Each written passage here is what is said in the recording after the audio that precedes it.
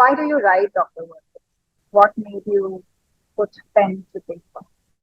Well, I began writing first to tell the story of something that I was living through, which at the time was very unusual. I thought I was living in a small town in Tennessee as an infectious disease specialist, and everybody expected that I would see in 1985, maybe one patient with HIV every other year, because it was considered a urban disease, more a function of big cities. But in a few years, I had about 100 people with HIV infection that I was caring for, which was much more than anybody predicted. And it turned out to be a story that I thought was happening all over America.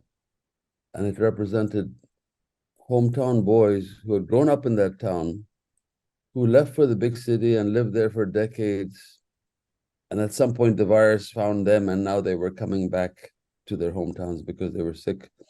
So I wrote a scientific paper describing that, but then I felt that the language of science didn't begin to capture the heartache of that, of the families, the tragedy of that whole journey. So that was the moment I became a writer.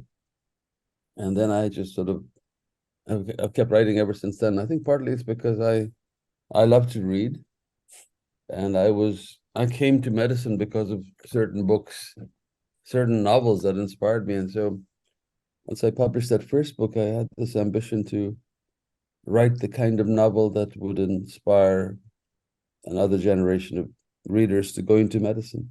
I read that writing became an escape for you while treating patients with HIV. Is it still an escape or is it something else?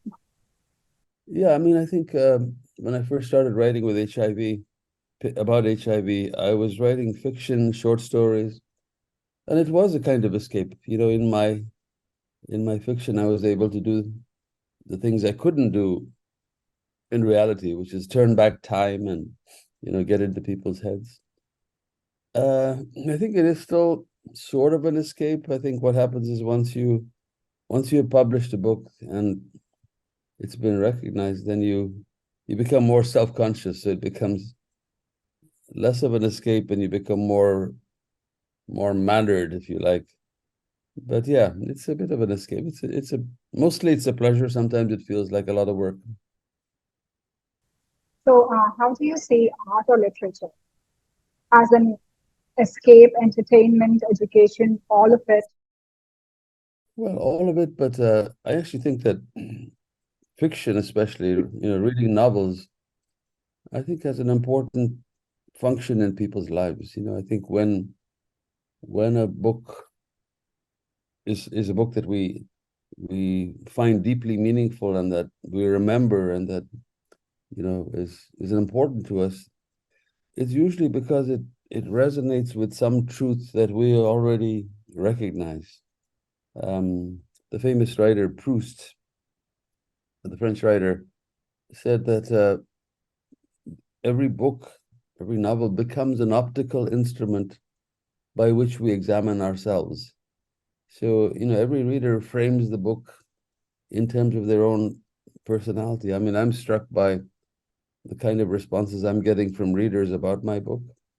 It's very individual. I mean, it's we each, every reader makes their own mental movie of the book from the words, and so I think fiction has an important role in our lives. And I worry that when people are, when your attention span is confined to Instagram and short bursts like that, and when it's all visual, and when you don't have the experience of taking words and making pictures in your head, then a part of your brain just doesn't get exercised, and I think you lose something. You said in an interview that COVID had echoes of the epidemic that made you a writer. So, has COVID? What effect has COVID had on you? Yeah, I think COVID was, very, very, I think it had a lot of influence on all of us. But the difference was that I was much older than when HIV came along.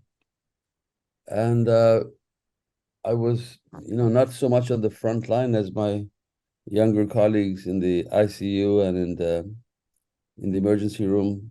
Even though I was caring for patients, I didn't feel quite the way I did during HIV when I felt I was, very much on the front line. And also, I don't think that COVID had the same sort of social prejudice that HIV had in the early years. So I think it was very poignant. It was very sad to see the extent of it, to see people dying with this illness and not having their family members be able to come close because of, masking and all that. So it affected us all very deeply. But I think it shaped the younger generation more than anything. But it had echoes for me of the early years that shaped my medical career. Your experience with treating HIV patients brought you face to face with what you call the conceit of cure. You have also said that HIV humbled you. How does a doctor come to terms with the limitations of his profession? Do you see it as a limitation? Yeah, I think that when you're young as a physician, you're full of yourself, and you just assume that you can fix most things, and if you can't, it's not your fault. It's the patient came too late, or there's an arrogance of youth, and I think that was especially true in my specialty, infectious disease, because we tend to be. It used to be before HIV that people went into the specialty because it was all about cure. You could really make a dramatic difference if you made the right diagnosis in a, I don't know, bone marrow transplant patient with an infection and so on. And then HIV came along, and for many, many years we had no treatment, no cure. And I think it humbled many of us, and it helped us understand that even when you couldn't cure, you still had an important role. And I think that's still true. I mean, it's taken a lot of time to really grasp that life is a terminal condition. Nobody survives. And so in that sense, we have to have a role that's larger than just, you know, making people better, because we can't do it all the time. We're not successful. Did that in any way make you lean towards bedside medicine?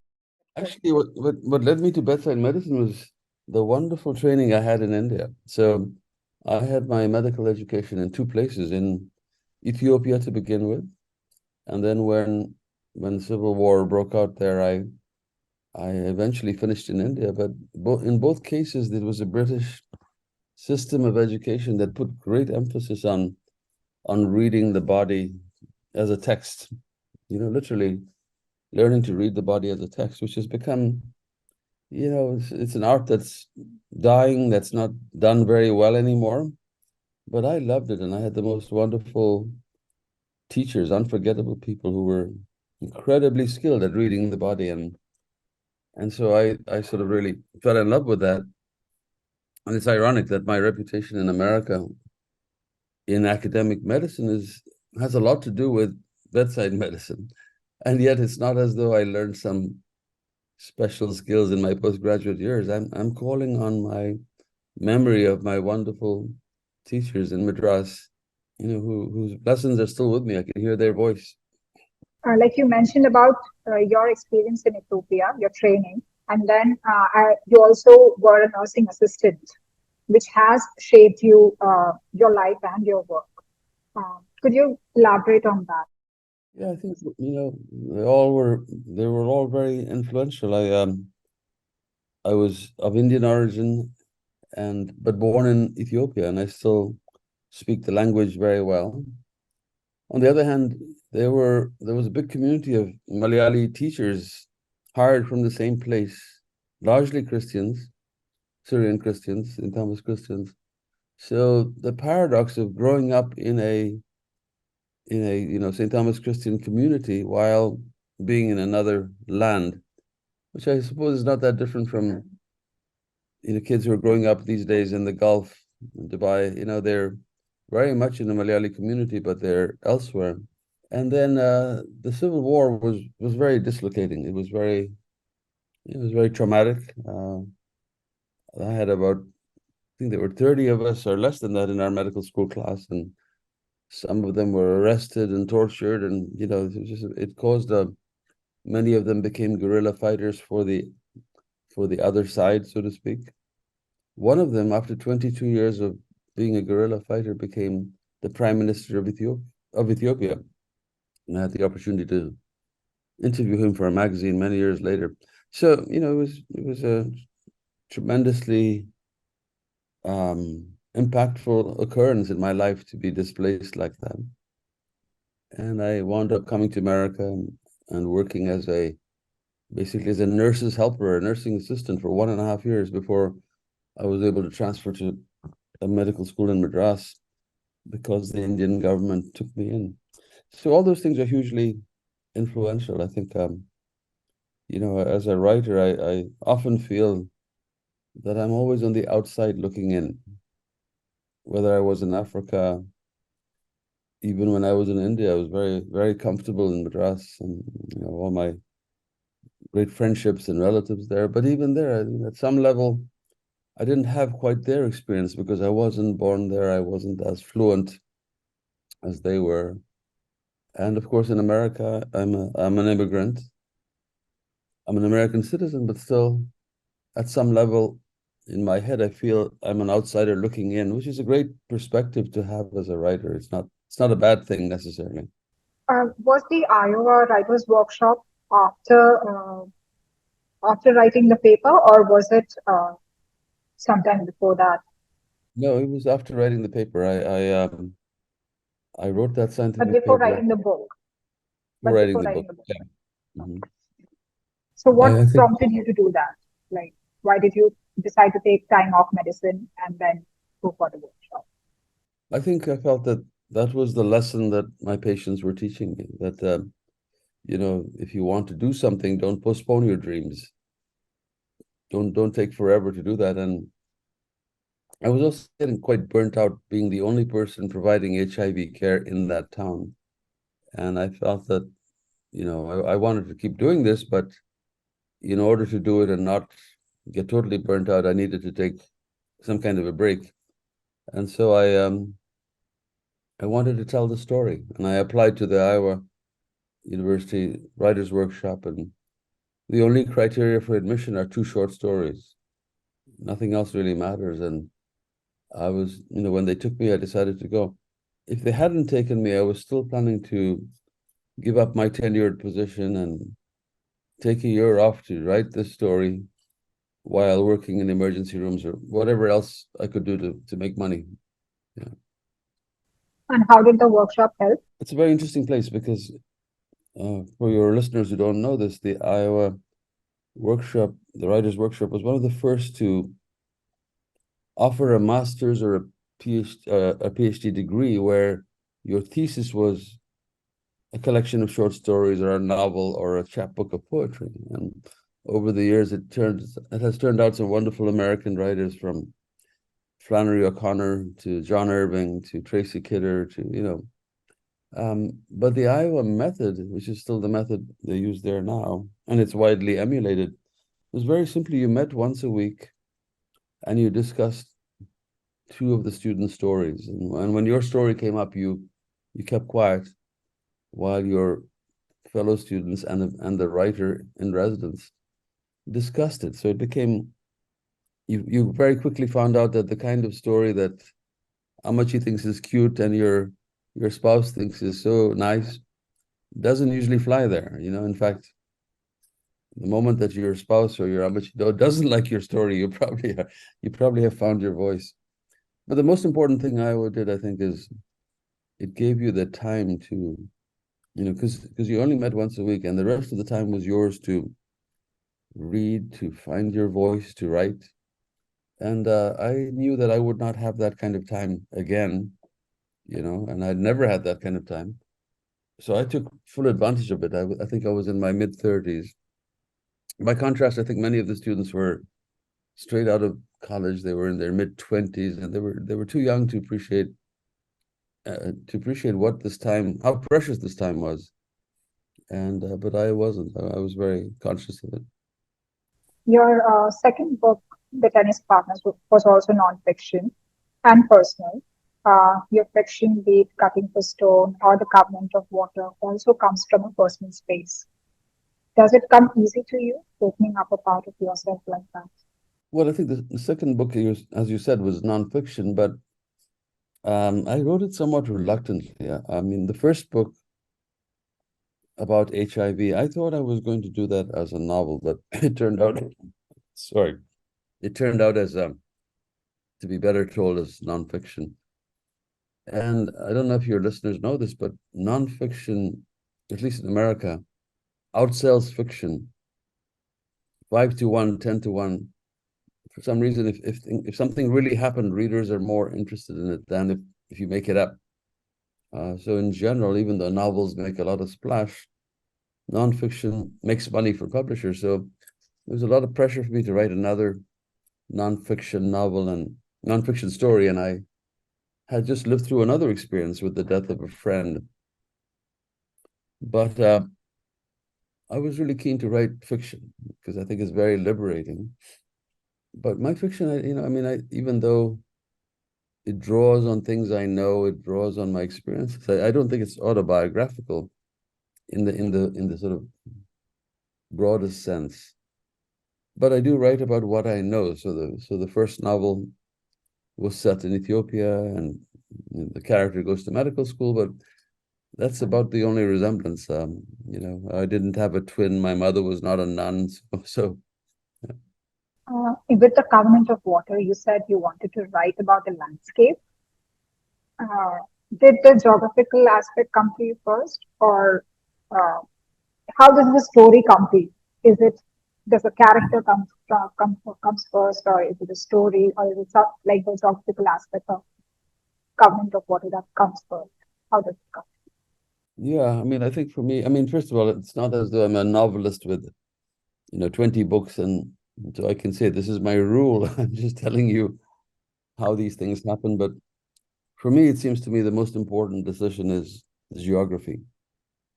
When you No, locate a book, the geography, where you locate the book. So my first book was located in Ethiopia. In Ethiopia, it would not be the same book if I located it in, I don't know, New Jersey or somewhere else. Similarly, I think making the decision to put the novel in Kerala is huge because I think geography affects everything. Napoleon said that geography is destiny. And that's certainly true in my life. Every change of geography has changed my destiny.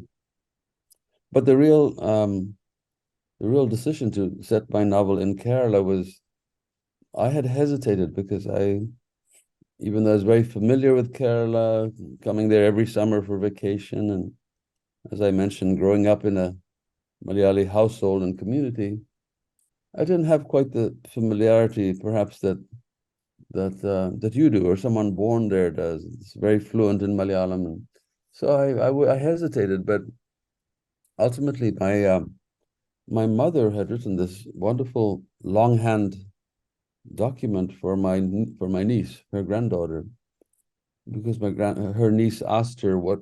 I'm sorry, my her granddaughter asked her what was it like when you were a little girl, and seeing that manuscript with all its illustrations, it reminded me how rich it would be to set a novel in the unique era of the 1900s in Kerala with all its wonderful rituals, particularly the rituals of the St. Thomas Christian community that are not that well known to people outside of certainly outside of India, but even within India, I'm not sure that they're all that well known.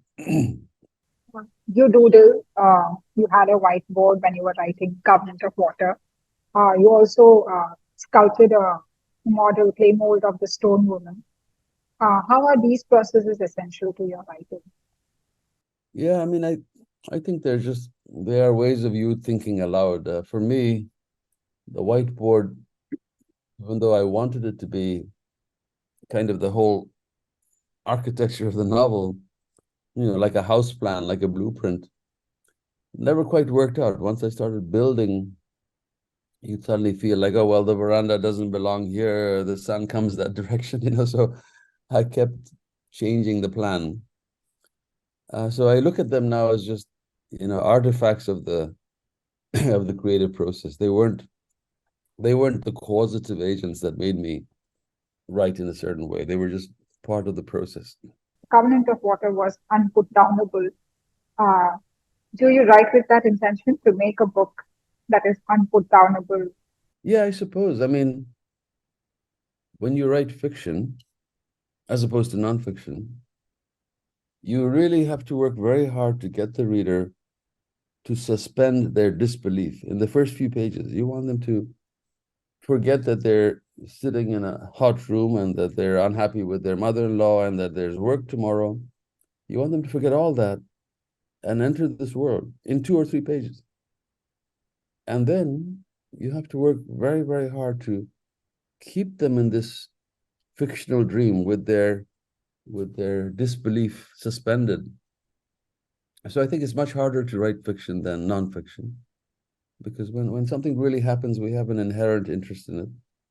But when you write fiction, I think you just have to work very hard. And so I'm not sure about, my goal being to make it unputdownable as much as to make it a very believable world and to make the reader want to keep turning the page to have this, to have this urge of, well, what happened next? What happened next? Not quite in the sense of a murder mystery where, the what happened next is pretty compelling. Somebody's been killed and you have to find out who did it.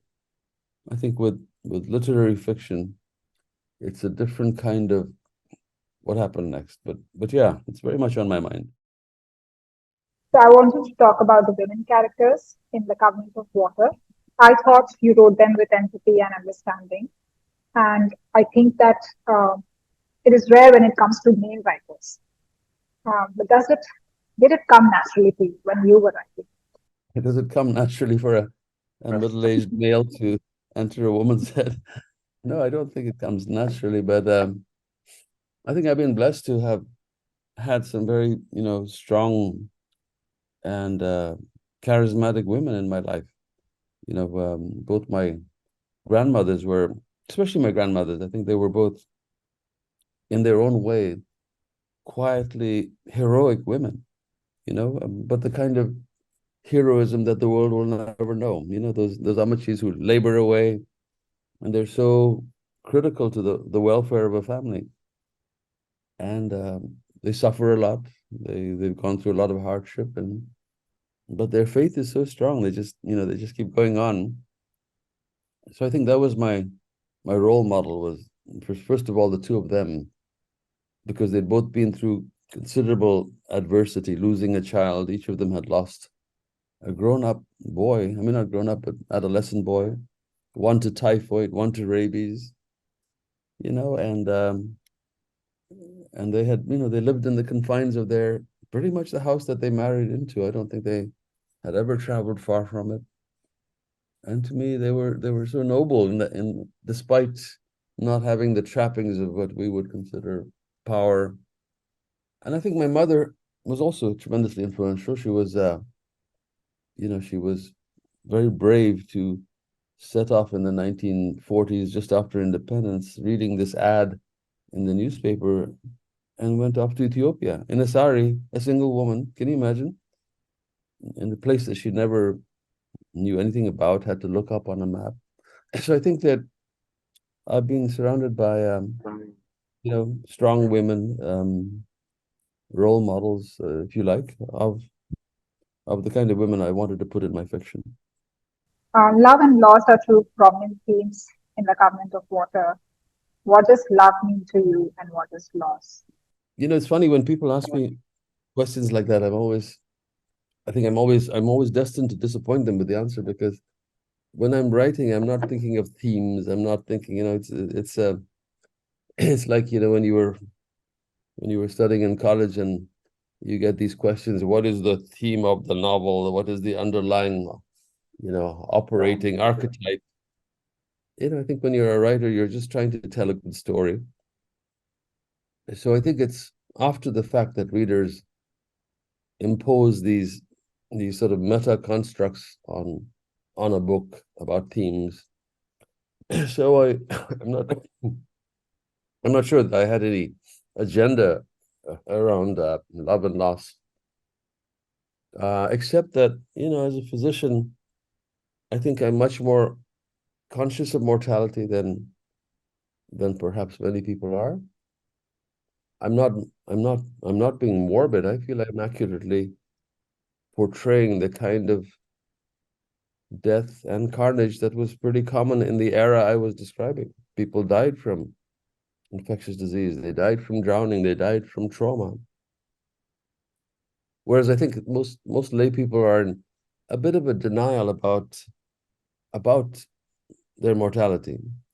I'm not, and I think that because I'm not, I'm also more, I think I'm more in awe of life. I think we're all living on borrowed time.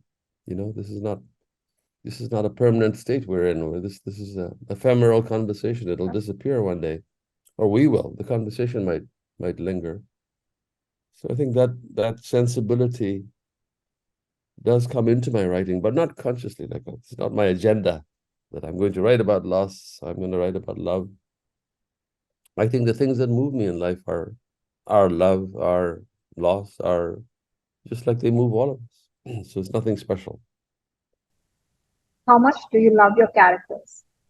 Well, I grow to love, I think initially they're two-dimensional constructs, but then as you revise and revise and revise, they become very, very real to you.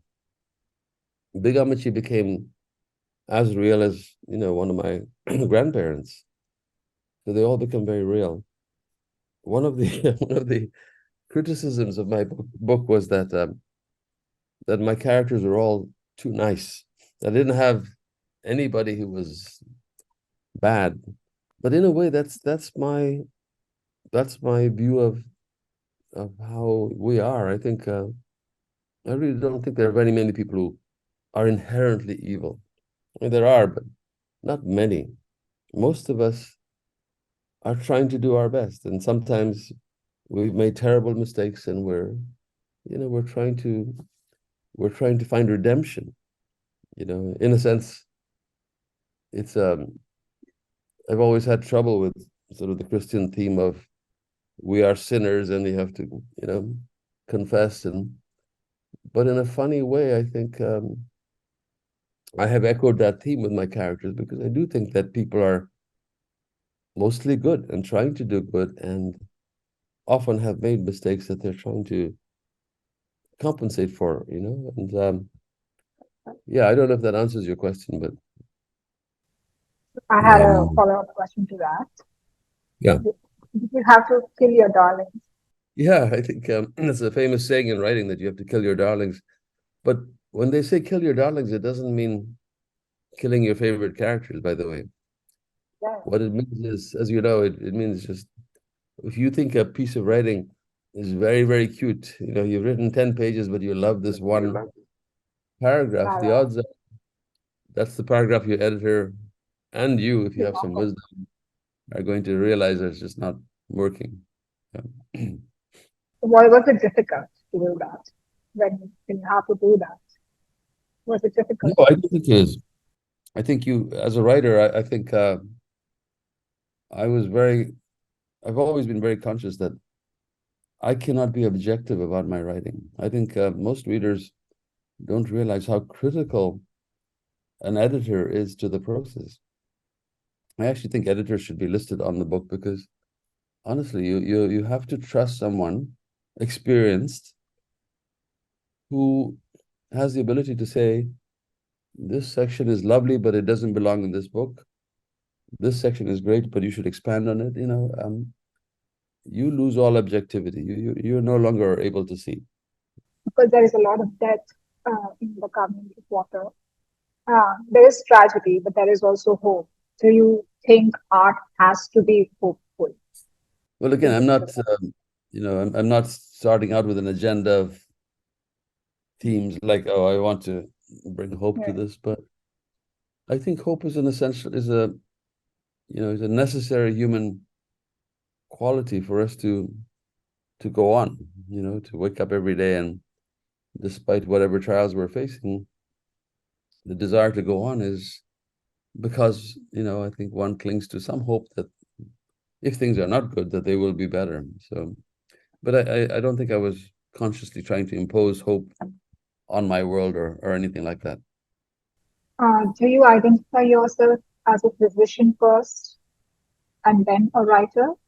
Yeah, I mean, I actually don't even, I know this sounds a bit disingenuous, but I don't really, I think of myself as all physician, and I'm looking out at the world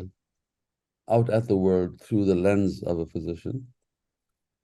And when I approach the writing, it's very much the same lens. I'm looking at human beings in some detail, but unlike in my day job, I'm also allowed to get into their heads and allowed to, imagine things about them. So, but it is the same lens. It seems to me, I always resist it when people try and put me into, wearing two hats, writer hat and physician hat. I certainly don't feel that way. I don't feel quite so schizophrenic. Yeah. You wrote an interesting paper, Culture Shock, Patient as Icon as Patient, and where you contend that the patient in the hospital bed gets less attention than the patient data on the computer.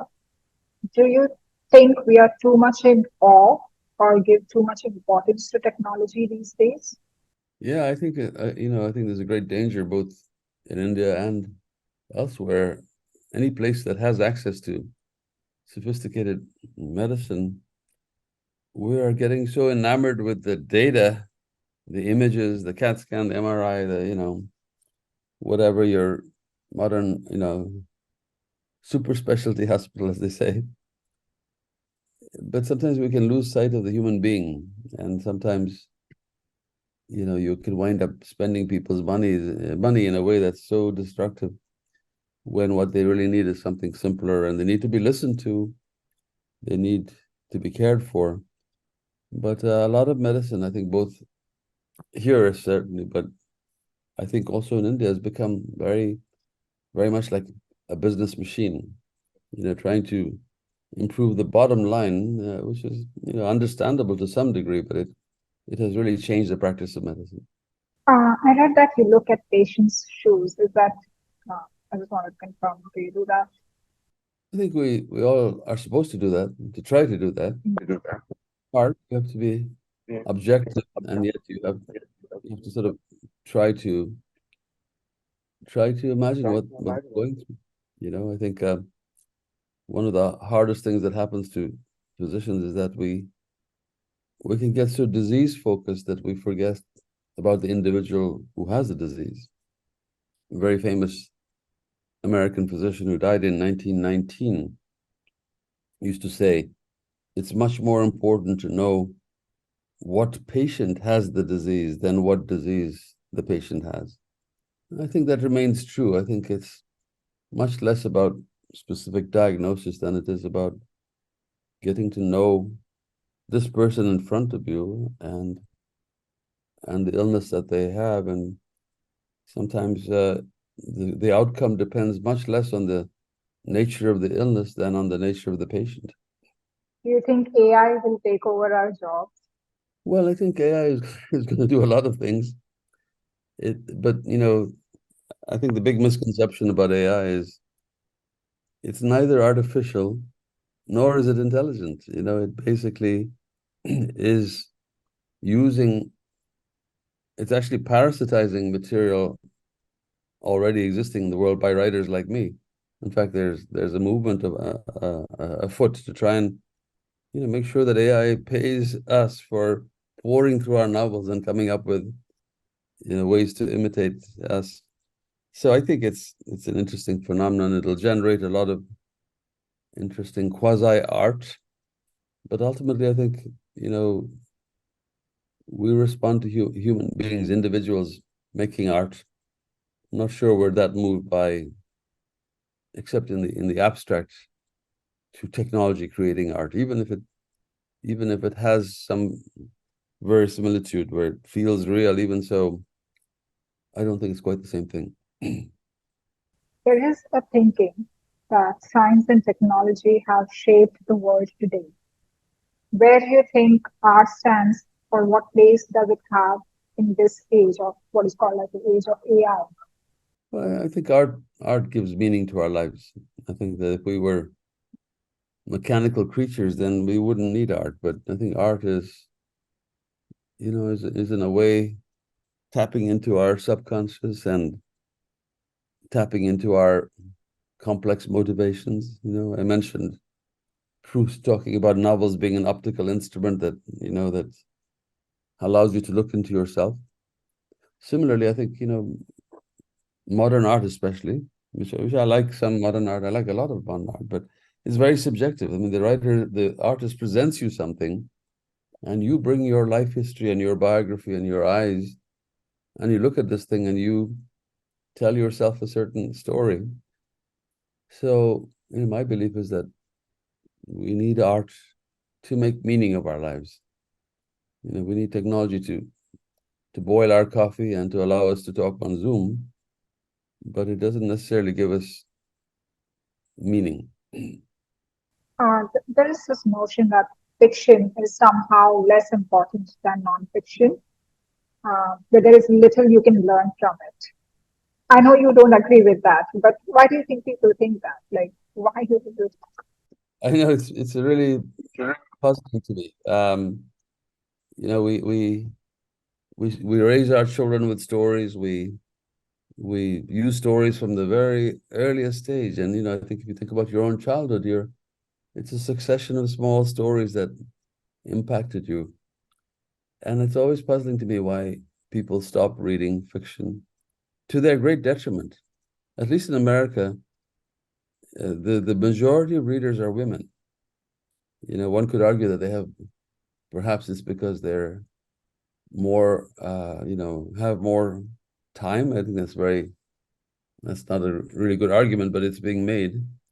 I think it's more that, very often, especially in medicine, I find my colleagues have the sense of, well, I'm a serious kind of person, so I don't read fiction. I read biography, I read memoir, I'm always struck by that because I think fiction, time and time again, has the ability to change societies. You think about the book Uncle Tom's Cabin in America, a novel. That novel ended slavery in America. One book captured the public's imagination and made slavery unpalatable. Similarly, in the UK, one book, The Citadel, by A.J. Cronin, depicting medicine and healthcare in a small Welsh mining town, created the National Health Service. It caused such a public sentiment. So I think, when fiction sweeps through society, it has a particular role in shaping us. And, I think part of the reason that, to me, medicine feels very unimaginative at times in terms of the way people seem to understand it is because we've become so left brain in our orientation, and we're not tapping into the right brain and all its wonderful, you know, mystical associations, all the stuff that, I think Freud and everyone else would tell us is terribly important, driving us. So you wrote two nonfiction books, two fiction books, which was more difficult. I think they're all Nonfiction. they're all difficult in their own way. I found nonfiction difficult for the simple reason that since I was writing about things that I had been personally involved with, I found it challenging to be so revealing of my life. I think I didn't like necessarily being the subject of my own of my own writing. So in that sense, I think I prefer writing fiction, but I can see myself, if I get interested in a particular nonfiction topic, I can see myself writing again in a nonfiction fashion. But I enjoy writing fiction. Do you believe in separating the art from the artist? I think that people are curious about the artist, but I think the art is really what's important. I think we're all curious. When I read a good book, I'm always curious about the writer to some degree. Sometimes it's a disappointment to meet the writer or to learn about them. So I think we can get very focused on who created the art when I think it's much more important to focus on what the art did for us, you know. What is your next book going to be? Fiction, non-fiction? I'm not even thinking about a next book right now. I think one of the strange things about not strange things, one of the common things is that when you've done something, then it's assumed that you're going to keep doing it. You're going to create another one, and yeah, I think I with every book I've always felt that I have nothing more to say, that I put all everything I know into it. And I think when you do something that's worked well, there's immediately the sense of, oh, what's next? You can do this again. When will you do it again? And I must say, I feel free of that pressure. So that's probably why it took 14 years between the last book and this book. It's not that I don't want to create these works, but it's not easy for me to do that, and I can't just do it on demand. It has to sort of come organically because I feel I have something to say and there's a story that's compelling. So I'm not in any rush to write another one, right away. I probably will write. I enjoy writing, but I don't think that I don't feel compelled to churn out another bestseller. First of all, because it's impossible to do. I think it's incredibly lucky to have had one novel do well and then to have a second one do even better. It's not there's no formula. With every book you start from zero, and it's a long, tortuous. This book especially was really, really hard. I actually had to switch publishers because they were impatient with me, and I thought that they didn't get the story. So at some great financial peril, I had to return the money they advanced me, find a new publisher. So, I would be very, very cautious about jumping in to do this again unless I felt compelled to. So you received the National Humanities Medal from former President Barack Obama. So when Obama, the first black president, was sworn in, there was a feeling that America had come of age, and then Donald Trump came to power. Did did we celebrate too soon, or were we naive enough to think that America had moved beyond color and race? Yeah, it's been a very curious time. I think, I am a great fan of Obama. I thought he was, remarkably articulate. But that said, he had a hard time being effective, and I don't know if that was his failing or his inability to build consensus, or it was just the determined opposition to someone like him. Donald Trump has been a very curious phenomenon. As a writer, you sit back and observe all these things, and it's really, but it's not just America. I mean, you look around the world, in India, I think everywhere, there's sort of shocking polarities in the way countries are moving that are unexpected. You sort of assume progress comes with open-mindedness and generosity of spirit and inclusion rather than exclusion, but that's not the case. And as a writer, you just come back to the sense that, well, we're human and we're infinitely more complex than anyone can outline on a piece of paper. So you're a physician, you're a professor, you're a writer. Are you hiding a time turner? How do you find time to do all this? Well, I take my time. It's very slow. I mean, 14 years to produce another book is a long time. I'm not in any great hurry. I love my day job. I love teaching medical students. I love practicing medicine. I love writing too, but I'm not, thank God I don't have to use the writing to pay the bills. I'm doing it out of love, and when it does well and it's successful, it's always tremendous delight. But yeah, so I think that people assume that I'm juggling all these things at the same time, but It's really not quite like that. I don't play golf. I don't watch a lot of TV, so I suppose that frees up a lot of time. Thank you, Dr. Varghese. Thank you so much. Thank you, and thanks to your readers and listeners.